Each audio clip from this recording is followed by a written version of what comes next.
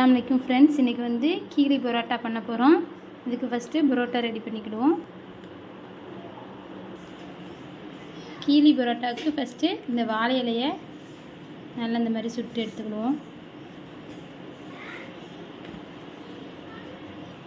வாழை இலை நல்லா சாஃப்டாகிடும் இப்படி பண்ணுறதுனால. பரோட்டா ரெடி ஆயிடுச்சு. வாங்க எப்படி செய்யலான்னு பார்ப்போம். ஃபஸ்ட்டு பரோட்டா வச்சுக்கிடுவோம். அடுத்து மட்டன் குழம்பு நல்லா இது மேலே போட்டுக்கலாம். வீட்டிலே போட்டால் டபுள் சைடு ஆஃப் ஆயில் அதையும் மேலே வச்சுக்கிடுவோம். திரும்ப இன்னொரு பரோட்டாவை போட்டுக்கலாம். கொஞ்சமாக சிக்கன் கிரேவி அதையும் இது மேலே வச்சுட்டு குழம்பு சுற்றி ஊற்றிக்கலாம்.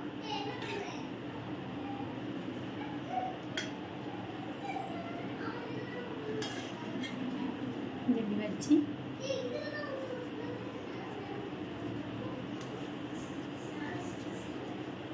கட்டிக்கலாம்.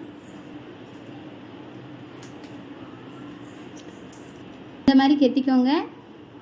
இப்படி கெட்டிட்டு அப்படி தோசைக்கல்ல எண்ணெய் ஊற்றி வச்சுருக்கேன்.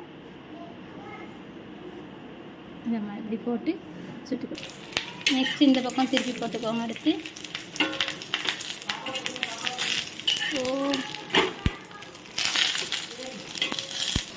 திருப்பி போட்டாச்சு. இது நல்லா வெந்துக்கிடட்டும்.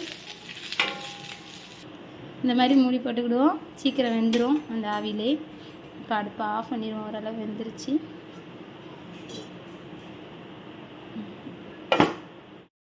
நல்லா வெந்துருச்சு. இந்த மாதிரி கட் பண்ணி எடுத்துக்கிடுவோம்.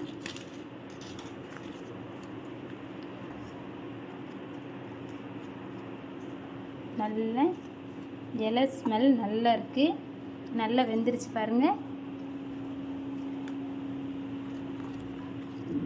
பார்க்குறதுக்கே நல்லா அழகாக இருக்குது.